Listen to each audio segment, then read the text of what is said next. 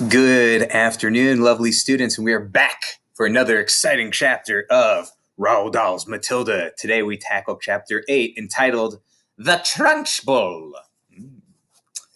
In the interval, Miss Honey left the classroom and headed straight for the headmistress's study. She felt wildly excited. She just met a small girl who possessed, or it seemed to her, quite extraordinary qualities of brilliance. There had not been time yet to find out exactly how brilliant the child was, but Miss Honey had learned enough to realize that something had to be done about it as soon as possible. It would be ridiculous to leave a child like that stuck in the bottom form. Normally, Miss Honey was terrified of the headmistress and kept well away from her, but at this moment she felt ready to take on anybody. She knocked on the door of the dreaded private study. "Enter!" boomed the deep and dangerous voice of Miss Trunchbull. Miss Honey went in. Now, most teachers are chosen because they possess a number of fine qualities. They understand children, they have the children's best interest at heart, they are sympathetic, they are fair and deeply interested in education. Miss Trunchbull possessed none of these qualities, and how she ever got her present job was a complete mystery. She was, above all, a most formidable female. She had once been a famous athlete, and even now the muscles are still clearly evident. You could see them in the bulk of her neck and her big shoulders and in the thick arms and the sinewy wrists and in the powerful legs. Looking at her, you got the feeling that this was someone who could bend iron bars and tear telephone directories in half. Her face, I'm afraid, was neither a thing of beauty nor a joy forever. She had an obstinate chin, a cruel mouth, and small, arrogant eyes. And as for her clothing, well, they were, to say the least, extremely odd. She always had a brown cotton smock on, which was pinched just around her waist with a wide, thick leather belt. The belt was fastened in front with an enormous silver buckle. The massive thighs, which emerged out of the smock, were encased in a pair of extraordinary breeches, bottle green in color and made of coarse twill. These breeches reached to just below the knee, and from there on down she sported green stockings, with torn up tops, which displayed her calf muscles to perfection. On her feet she wore flat-heeled brown boots with leather flaps. She looked, in short, more like a rather eccentric and bloodthirsty follower of staghounds than a mistress of a nice school for children. When Miss Honey entered the study, Miss Trunchbull was standing beside her huge desk with a look of scowling impatience on her face.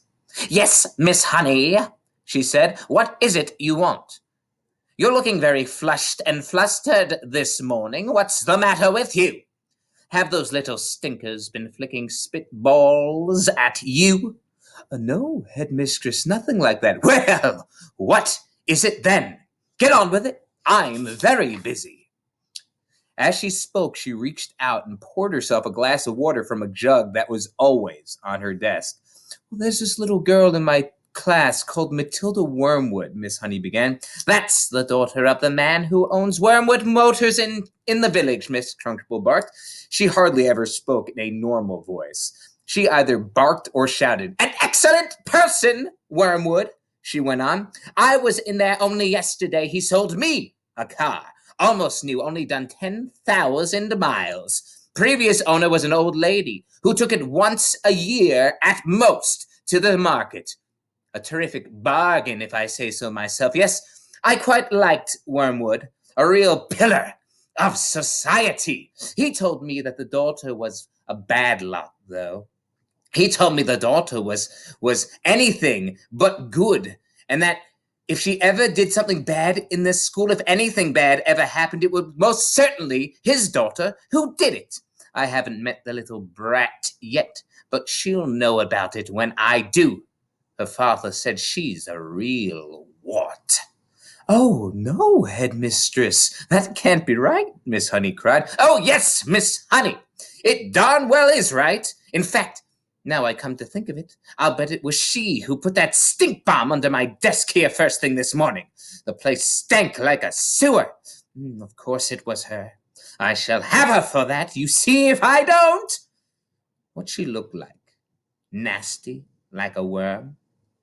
I'll be bound. I'll have discovered, Miss Honey, during my long career as a teacher, that a bad girl is far more dangerous creature than a bad boy. What's more, they're much harder to squash. Squashing a bad girl is like trying to squash a blue bottle. You bang down on it, and the darn thing isn't there. Nasty, dirty things little girls are. Glad I was never one. Oh, but you must have been a little girl once, headmistress. Surely you were. Not for long, anyway, Miss Trunchbull barked, grinning. I became a woman. Very quickly. She's completely off her rocker, Mrs. Honey told herself. She's barmy as a bedbug. Miss Honey stood resolutely before the headmistress. For once, she was not going to be browbeaten. I must tell you, headmistress, she said, that you're completely mistaken about Matilda putting a stink bomb under your desk. I am never mistaken, Miss Honey. But, headmistress, the child only arrived in school this morning and came straight to my classroom. Don't argue with me. For heaven's sake, woman. This little brute Matilda, or whatever her name is, has a stink bomb in my study. There's no doubt about it. Thank you for suggesting it.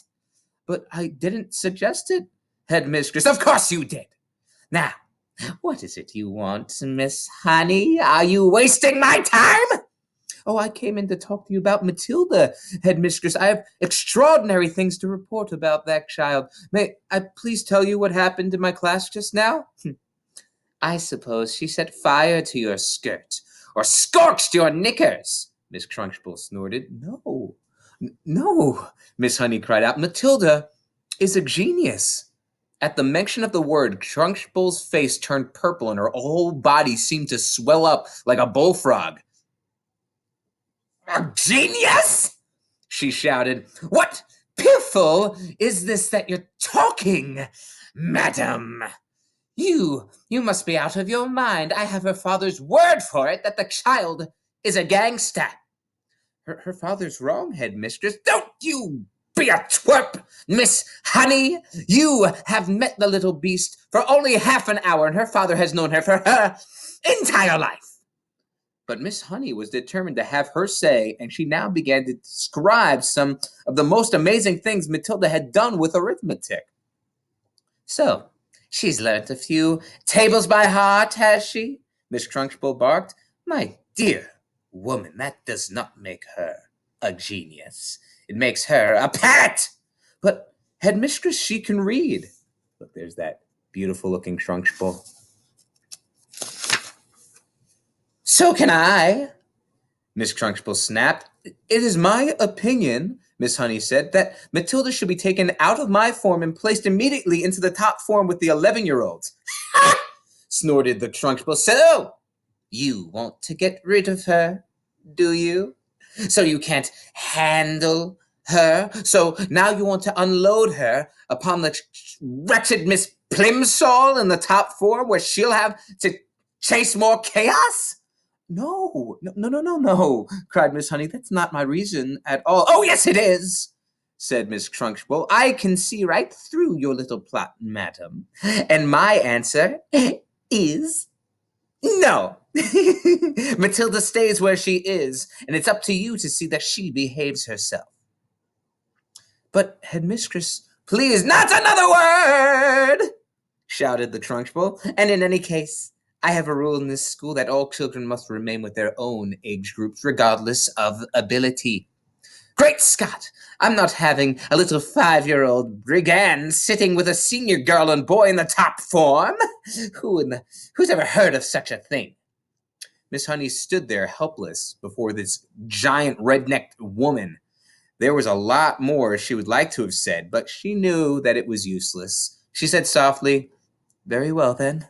It's up to you, headmistress. You're darn right it is up to me, Miss Trunchbull bellowed. And don't forget, madam, that we are dealing here with a little viper who put a stink bomb under my desk. She did not do that, headmistress. Of course she didn't, Miss Trunchbull boomed, and I'll tell you what.